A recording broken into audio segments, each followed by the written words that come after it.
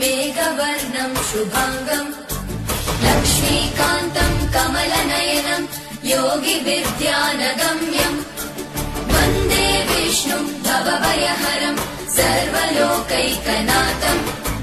शान्ताकारं भुजगशयनं पद्मनाभं सुरेशम्